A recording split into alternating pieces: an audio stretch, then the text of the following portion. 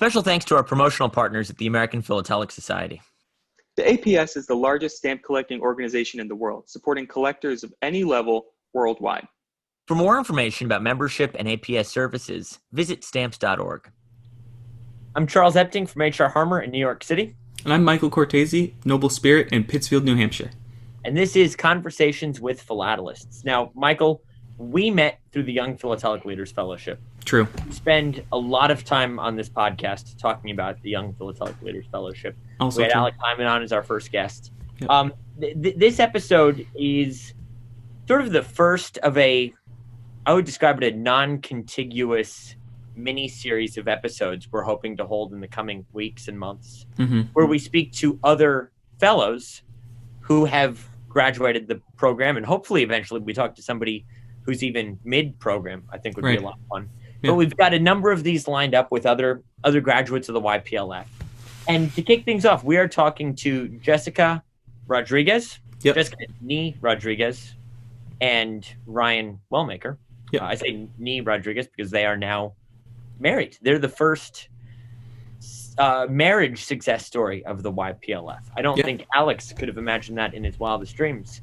The two of the people he brought together would get married. I think he was just hopeful that we would keep collecting stamps.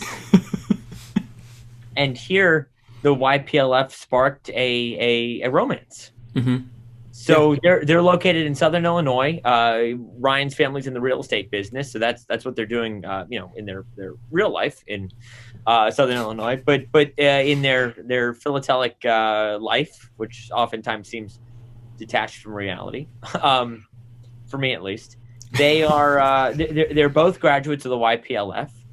Jessica's a great collector. Ryan is not only a collector himself, but just a very fun person to hang out with at a show. As somebody who has spent a lot of time with Ryan in his not native New Orleans, but he went to college in New Orleans and knows the area and the restaurants all too well. And as somebody who spent a good deal of time with the two of them down there, I can tell you that they're two of the most enjoyable people to spend an evening with or a lunch with. And I'm really excited to catch up with them. Yeah, I first met them in Monaco, Phil, in 2017, I think. In 2017. First time I met you as well. Yeah, that's true. I sat next to them for the banquet dinner. It was a fun experience. First time I met them, they were a lot of fun. They were very talkative. I think, were you with us when we went to the casino, or was that just me and them? No, I went to the casino with you guys. That was a fun experience. These are two great people. I've known Jessica longer than I've known Ryan, actually. I met her at Westpex. Before that, she was involved up there with both Westpex and Philatelic Fiesta. And I got to know her a number of years ago. And just so happy to see them doing well and looking forward to catching up with them. Yeah, I'm looking forward to it a lot. I haven't seen them since Omaha. That was, I feel like I saw them more 10 years ago now? That was before the COVID. Yeah. Well, let's bring them in. Let's. Absolutely. I'm excited to catch up. All right, here we go. Hi. How's it going, you guys? Good. Hello. How are you doing? Good to see you both. Glad you all are doing this. This is really wonderful, and congratulations on your award. Oh, thank you, and congratulations to you. I don't think I've spoken to you since you got hitched. I know it's been a while. Yeah. So before we get started with the formal part of the interview, what's new? How's life treating you guys? What's good? Nothing. I'm done with school and just working, busy. There's this crazy thing called COVID going on there. I haven't. Can you tell us more about that? I don't. I hear that it's just now starting to hit New York City. So you have to be very careful. For about the sixth time, it's just starting to hit us. I know it just keeps popping up. Things are going pretty good. So here in Southern Illinois, our numbers have been relatively low. Fortunately, we've been very blessed with that. And outside of COVID, it's really put a stifle on any of our travel plans. We're really big travelers, and we haven't been able to do much at all. So outside of that, that's what's going on. What about you two? What's new in y'all's worlds? Same stifling travel plans. Yeah, basically the same. Yeah. I guess to kick things off and to explain, why this is the largest group of young people to have discussed stamps in quite some while. You guys were both part of the YPLF that also led Michael and I to our respective positions. So my first question to you, and again, I think it's great how it's brought us together and a lot of our other friends.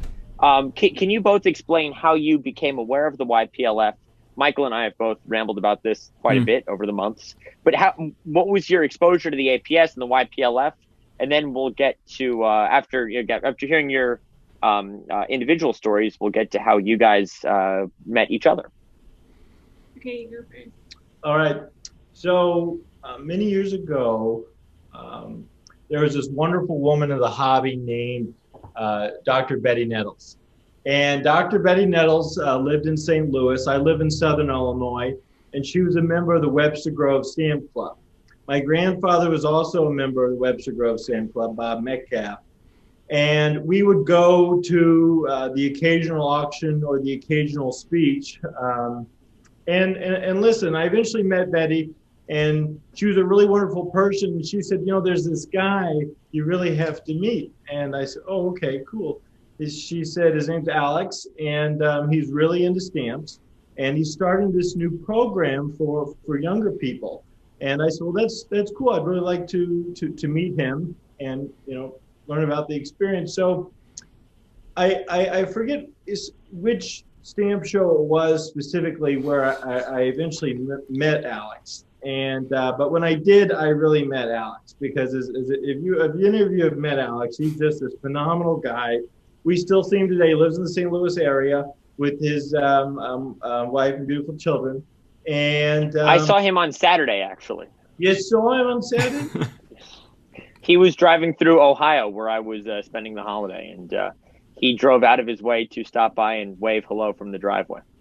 So eventually Alex said, hey, I really think you should get in this group. And at the time it was new. I was in the second class where they were trying the senior fellows out versus the junior fellows. And I was the first senior fellow. I was attending Tulane University at the time.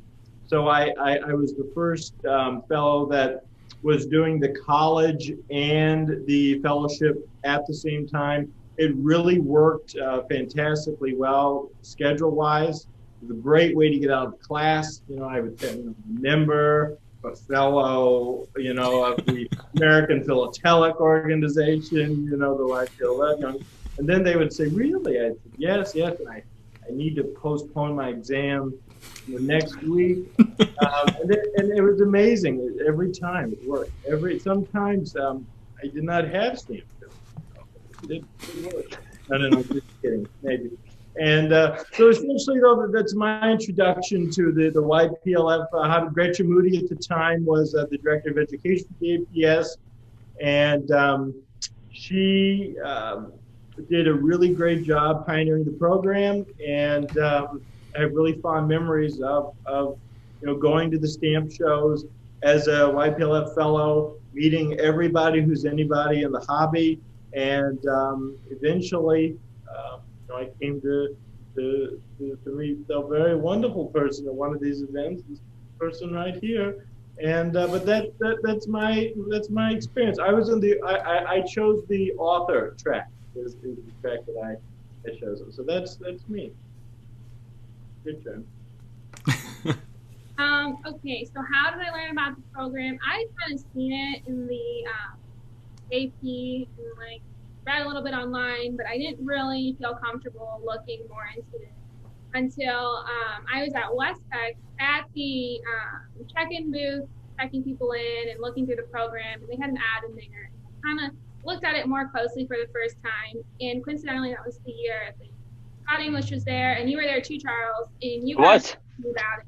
So I kind of thought it was this weird thing, so I didn't really take it too seriously. But then, you seem pretty normal, Charles. So I said, well, I'll apply. And I did, and it was one of the greatest years of my life. I really wish I could go back and redo it, or I wish it was longer. But I'm really fortunate.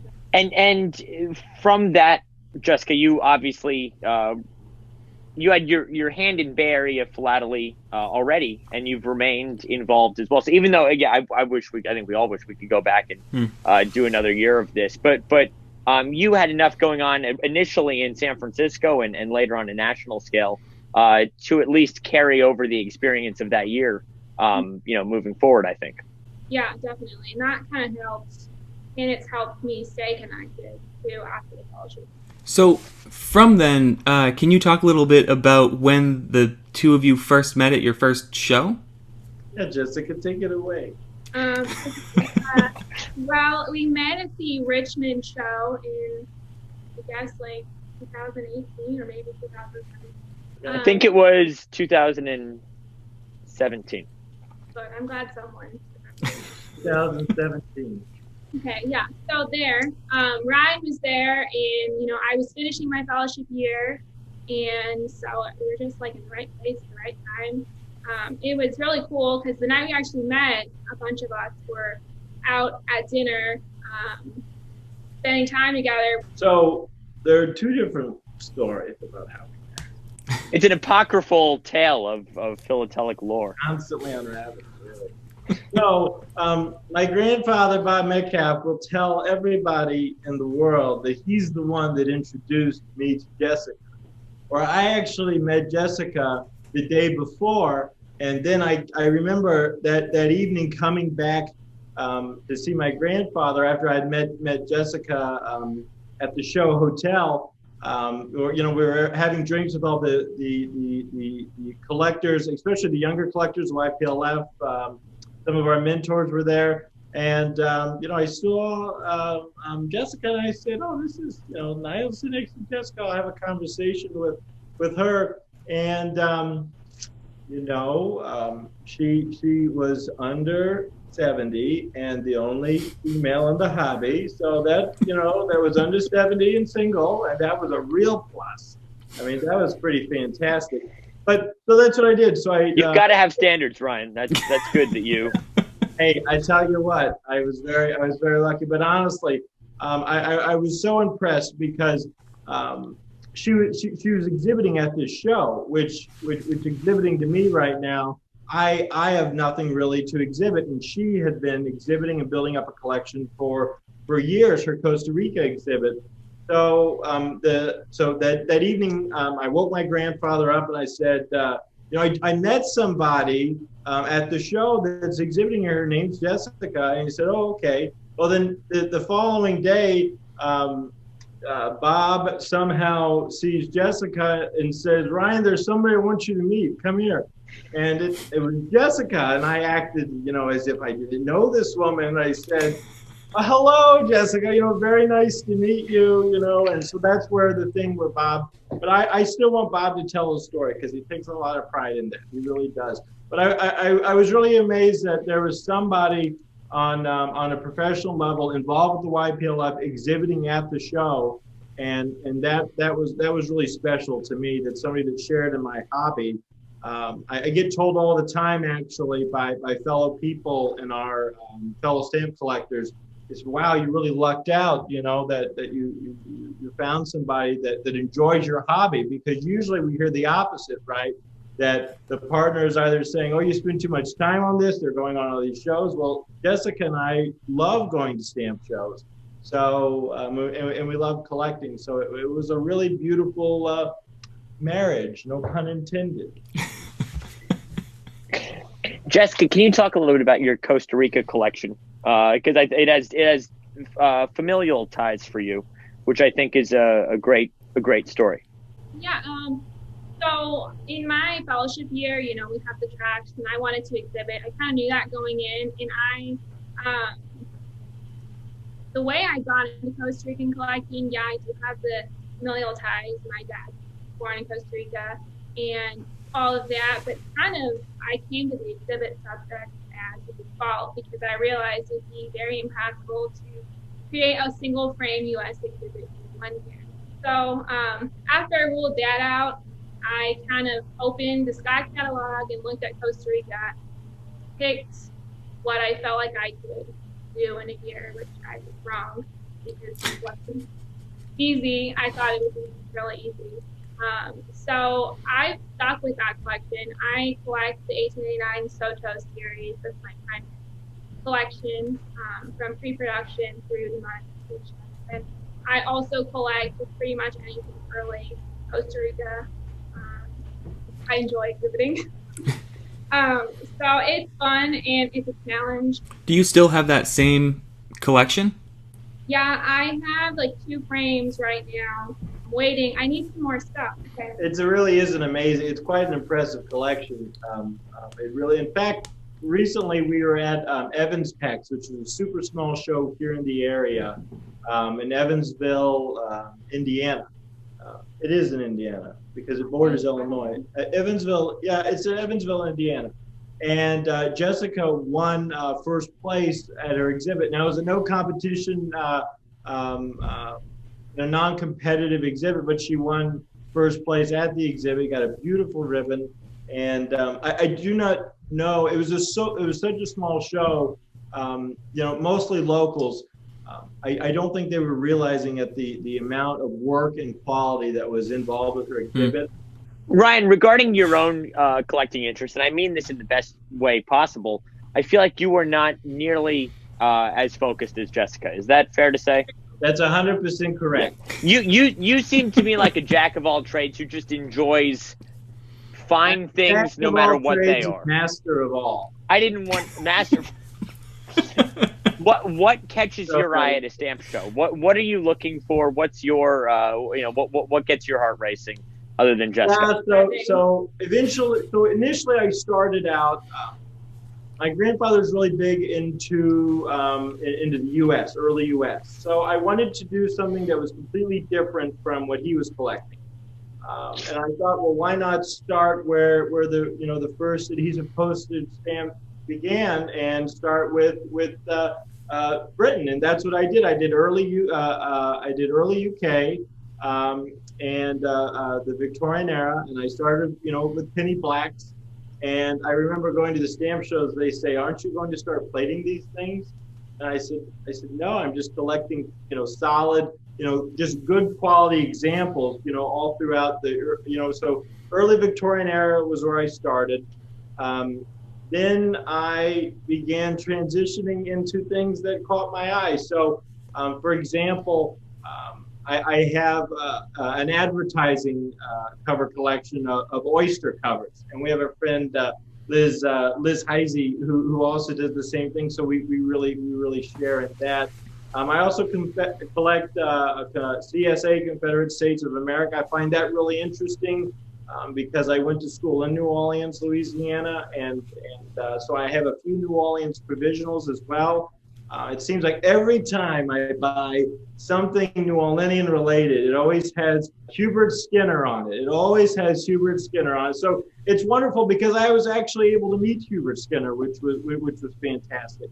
And to actually own a piece of his collection, I love. So that's what I really love about the hobby, is finding material that relates to me and who I am. And that's interesting and eye-catching, stimulating, and Jessica's right. It doesn't really stay in one specific. I haven't really gone too crazy in terms of like collecting everything. I primarily do early US, early UK, advertising covers or early advertising covers, and that's primarily what I stick to. But every once in a while, I'll find something. Really interesting. I do have a lot of collections. That's what kind of makes it fun. My grandfather would always say one thing about collecting is nobody can tell you what to collect. And I love that. That's what I love about the hobby, is that when you go to these stamp shows and you meet people, right, they're so excited about the collections that they have. And they have these stories they share about how they acquired it, who they acquired it from, whom owned it at once upon a time. And so I really enjoy the custodial aspect of stamp collecting, right? Owning something that is truly a treasure that you become a steward of, and that I look to preserve that. So so I'm trying to preserve every article of philately that I can find. So was it your father that got you involved in philately in the first place? Grandfather? Yeah, it was my grandfather. Essentially, it was really interesting. So how I really got into stamp collecting, coincidentally, Jessica and I, so Jessica's grandfather got her involved and my grandfather got me involved. But when it started out, I would be traveling with my grandparents, all over the U.S. going to these shows. And initially, I didn't know anything about stamp. I just knew that we would be going somewhere, and my grandmother and I would leave my grandfather at this place for hours at a time. And then I would say, "Where is he at?" And she's like, "Well, he's at the stamp show." And then we would go on tours or do things wherever he traveled. And eventually, I started accompanying him to the shows, and he would introduce me to people. And one thing that stamp dealers really love is to see younger people at stamp shows, because that's the future of the hobby, right? Like, we're the future of the hobby, especially the younger people who have no idea where to start, right? I found that stamp dealers in particular are so helpful with information and advice on where to start, what to collect. And so when I was starting out, I met all these really amazing stamp dealers and started building up, at the time, a really nice early GB collection. You talk about travel, which is obviously something that I think draws all four of us to the hobby. And I feel like I've never seen you two in the same place twice. We'll see each other in London or Monaco or Richmond or San Francisco or San Jose, wherever. Can you talk about some of your favorite places that stamps have brought you, and where you hope to go in the future? I mean, before we started recording, we were talking about how we all feel sort of cooped up given the circumstances and not going to shows, and it's been a while since we've all seen each other. What are some of your favorite travel memories, and what are some of your travel goals for whenever we are able to freely roam about again? I think London is the best. We went to Stamp Bag. What happened we got in engaged. London? Yeah, we got engaged at the Stamp show. Not the exact show, but we were there for that was probably the best. But I just like any opportunity to get out. We actually have like a map that we got when we first started dating, and we like scratched off every place like we've been together, and pretty much all of them are stamp related. There's a couple that aren't, but yeah, we've actually been very fortunate that the hobby has been very generous to us in allowing us to be able to travel. We were invited by the Collectors Club of Monte Carlo. Patrick Marcialis was head of it at the time, and he arranged for younger people to come, younger philatelists to come to Monaco Phil, and that was absolutely an amazing experience. I tell you, never would I have ever expected to have a formal black tie dinner with Prince Albert of Monaco. I mean, that was absolutely fantastic, right? And then, of course, going to London, the Stamp X was really great. I think what we'd like to do is when they have these international stamp shows is to go to these, because you get to meet people from all over the world that you would have never met otherwise. And believe it or not, you meet quite a few Americans as well. Yeah. That you would have never met otherwise if you would not have gone to these international shows. So when you go back home to the U.S., you have friends here that you've met, overseas, and that's been such a blessing for me, is that we met all these wonderful people everywhere we've been able to travel, and it's been just so wonderful how the hobby has been so generous to us as young philatelists, getting more and more involved in stamp collecting. Yeah. So, Jess, you've organized shows in the past, correct? Can you talk a little bit about the shows you've organized and put on, and are you still organizing them? Yeah, I ran Philatelic Fiesta, WPS show, for a couple of years in San Jose, California. And then when I moved, I resigned that position. I've been on several show committees, like Sequoia Stamp Show, small local shows, and then also West Pex, bigger WSP show. And I was organizing the symposium in Belfont, but as you know, that didn't end up happening this year. But I really, really like running events. Yeah, I saw that Scott Trepple's presentation, you introduced him. Coastal Innovation. Yeah. So what is your position there still? I'm a board member with the Classic Society. I kind of maintain my interest in classic U.S. material because my grandfather's collection specialized in that area. And although I don't actively collect it, I'm kind of breaking into more some stampless stuff between like San Francisco and Costa Rica. So I'm finding ways to tie my U.S. interest back to my primary interest, which is Costa Rica. But I, just like being on different things and running events. So that's like my main goal. She does an amazing job. Yeah. I unfortunately never got to come to any of it. And had like 10 fellows at it. So. Oh, wow. Pretty good. Yeah. So I made a crack at the beginning that this is a larger than usual group of young people. And I'm sure you guys are as used to getting the question, how do you get young people involved in the hobby? I get it all the time. Michael gets it all the time. People are constantly coming to us. But when we get together, I love hanging out with you guys, Michael, again, other people our age, a lot of, fellows and alumni of the fellowship. It doesn't necessarily feel like we're young people in the hobby. I feel like once we get there and once we're sitting with the dealer or we've sat in on board meetings together, it doesn't really, I feel like a lot of times that question is sort of patronizing or trivializing. Whereas when we all get together at a show, we're just part of the hobby, same as people who are older than us and men and women. And again, that's my feeling at a show, is that everybody sort of comes together. Is that a similar experience that you've had? Or do you feel like, sort of a sideshow as young people at a stamp show sometimes? Is it a little bit of both?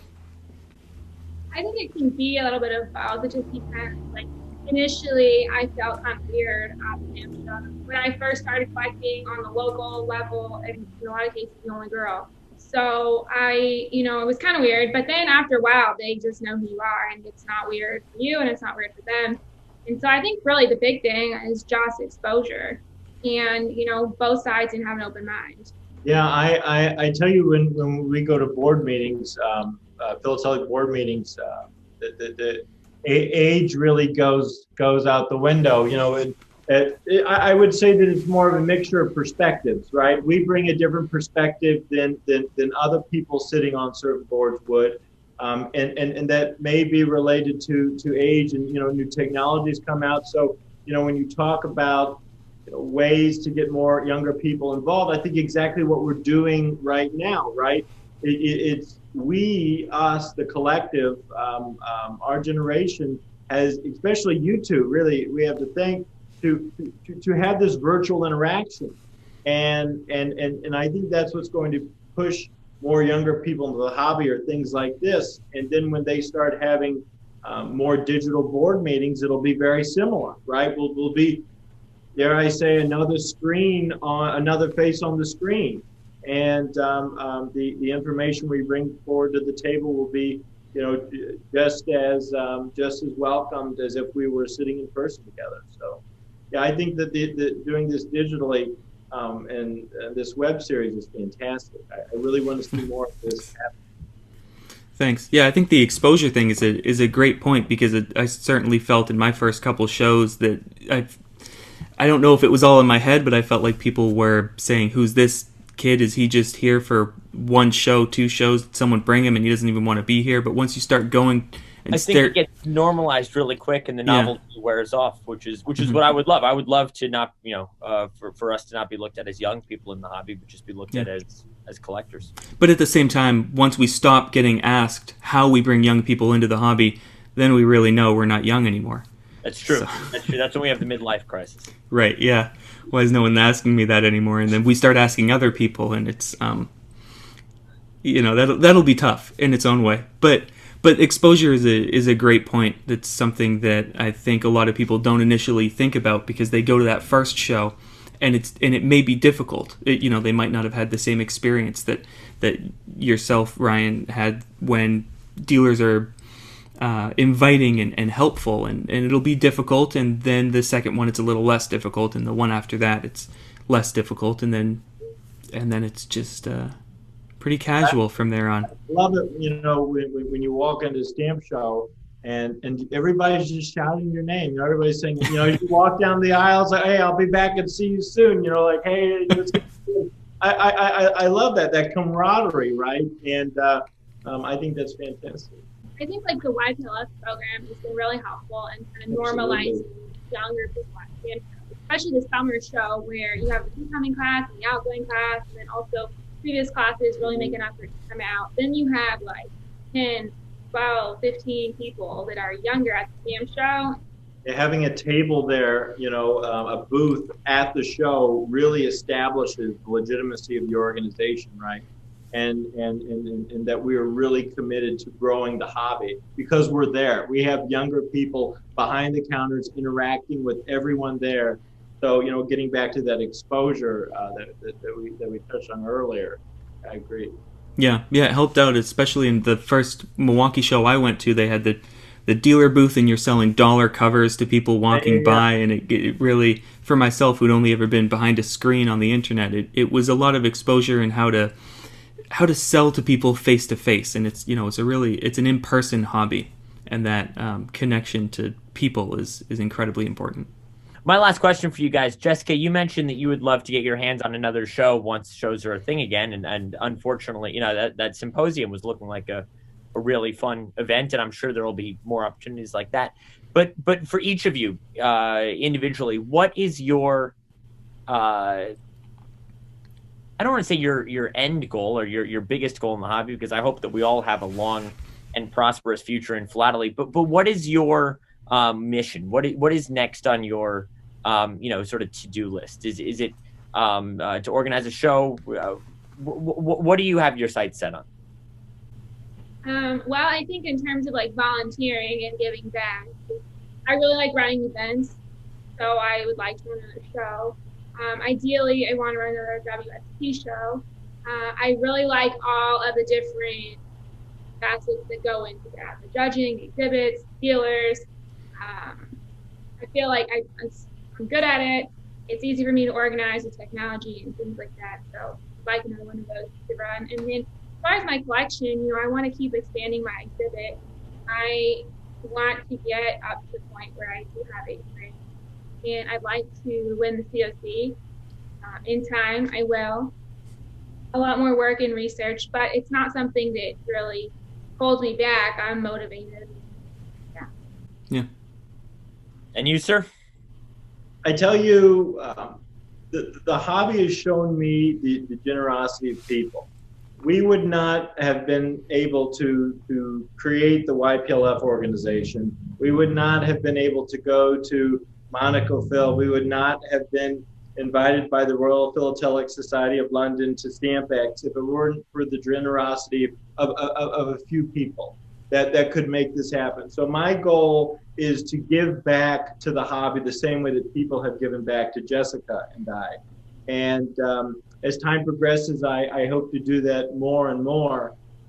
But definitely from a philanthropic standpoint, I want to give back to have younger individuals, to not have to worry about the costs of going from point A to point B.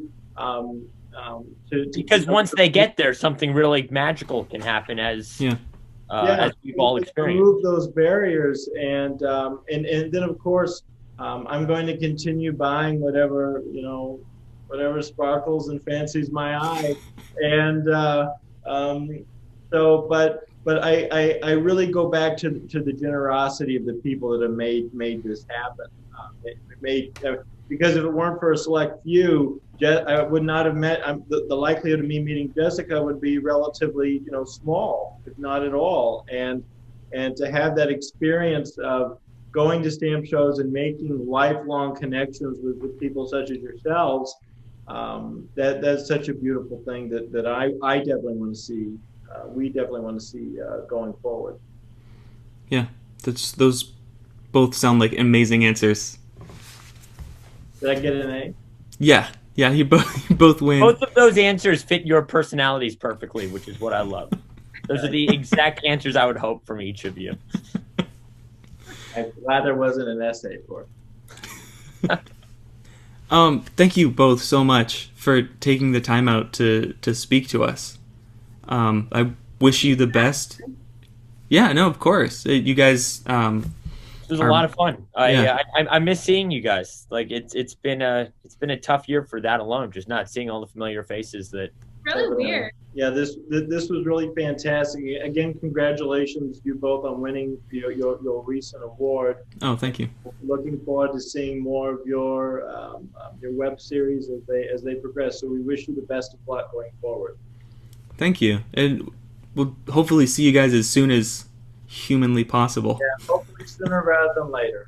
Yeah, absolutely. Next time I pass through the area, I found out I have some family in Indiana, so I'm gonna hopefully be there more frequently. Right. So I'll take a spin over to you guys at some point. Yeah, absolutely. Great. Well, thank you both so much. Yeah, thank you. All right. Talk to you guys soon. Bye-bye. It was so nice to see them again. It had been since Omaha, almost about a year now. Year and a half. Jeez. It's the end of December as we record this. No, I when you talk to them after a while, you like sort of slip back into where you left off. Yeah. And it made me realize how long it's been since I've actually seen them in person. You get used to. I sound like a broken record. I say this every episode, but you get used to seeing these people, and you sort of take it for granted that going to a stamp show, I'm going to see so and so dealer or such and such exhibitor, and Ryan and Jessica are just sort of staples of the stamp circuit. And I always try and carve out time for a meal or a drink with them or something. And I'm selfishly glad to have gotten to catch up with them. This was really great. Yeah, I completely agree. My goal: we've got to bring a young person to the fellowship through this podcast. Yeah, we've got to discover somebody and get them into and then Ryan gets to sponsor them. That would be awesome. Then it would be a purely YPLF crafted fellow. That would be something.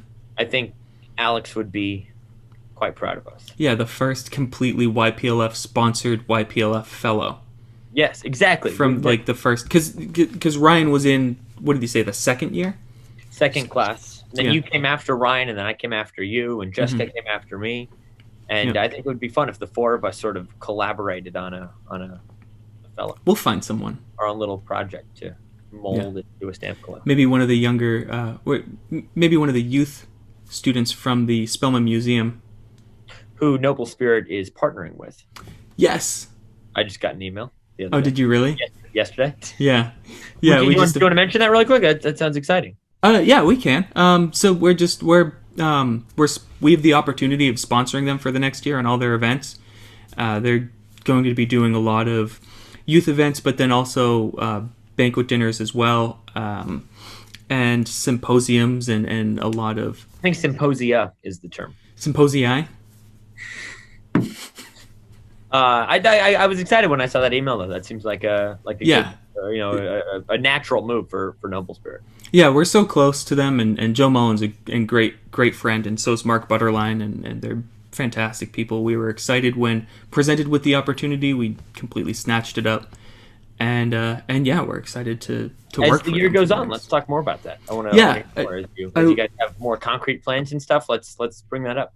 Yeah. So as they announce events, they're planning to do one event a month. As they announce the events, I can definitely mention the event that they're doing. They're doing a lot of virtual events, but I know once the restrictions and things become safer, they're hoping to do a lot more in-person events as well and host people at the Spellman Museum. So we've got a very exciting guest next week who we will save to announce until next week. We'll make this a surprise. We don't do that often. We usually... Sometimes we do, but this is the guest that I've been waiting 6 months to longer than we've even had a podcast. Yes. You've been waiting to interview this person, I feel. No, and honestly, I didn't even find this person. My sister did. She said, you got to check this person out, see the work they're doing with stamps and postal history and history of the USPS. You got to see what they're doing, and you need to talk to this person. I reached out. and then they said I'm free in 5 months. Well, that's great that Claire is finally carrying her own weight in conversations with philatelists. I'm glad she's finally proving useful. Yeah, exactly. We literally could not do any of this without Claire. Yeah. This would be unwatchable. Thank you. And after Claire gets through with it, it's slightly watchable. There's yeah, she does a lot for us. We really appreciate the work. If you guys liked the Pixar lamp, that was Claire. Yeah. If you liked the little flurry, she makes all our thumbnails. She designed the other thumbnails. I think editing a video is more impressive than thumbnails. And Claire's going to get to pick what she wants left in and what she wants cut out. Exactly. This whole thing's going to disappear. Yeah, true. Awesome. So as always, thank you to everyone for listening, whether you are on Apple Podcasts, Spotify Podcasts, Google Podcasts, Podbean, YouTube, other podcast sites, YouTube, which is not a podcast platform. Not yet. We have a website, which is philatelypodcast.com. New episodes are always uploaded there. Yes. Is that true? Yep, that's true. We have an email address, which is philatelypodcast@gmail.com. Mm-hmm. We check that regularly. They push to my phone. You know, I think we should start reading, or I should start reading to you some of our fan mail that we've been getting. We should do that every couple of weeks. We should. Why don't we do that next episode? Because I got one that I need to search for that came in just before Christmas. Got buried, right? I need to search for it. It came in just before Christmas. The guy wrote a really nice letter talking about how he just discovered collecting again. He'd become a member of the APS, became a member of the Royal, and he's looking to start exhibiting. And he's looking to build his collection. He wanted to know about the library and researching material more.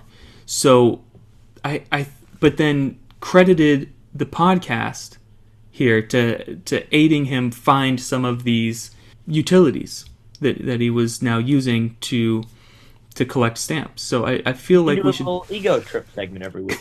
Well, no, I listen to other podcasts and they always read listener mail at the end, or some people will comment on an episode, and I think we should start reading listener mail. Absolutely. Obviously, I listen to podcasts and all I hear are a bunch of ads, which we proudly do not do yet, and that comment will age very poorly when. Well, except for the APS in the beginning. That's not an ad. That's a no, but yeah, I feel like ads. Audible, a bunch of VPN services. I don't know where that was going, so I'm just gonna say that it was good talking to you again. No, it's fine. So we'll do a little fan mail session. Yeah, I think we should. We get some really interesting ones. Listener mail. Listener mail. Yes. We don't want to assume that they're fans. Yeah, that's true. Well, Michael, as always, this was a lot of fun, and we'll talk real soon. All right. See you then. See you next time.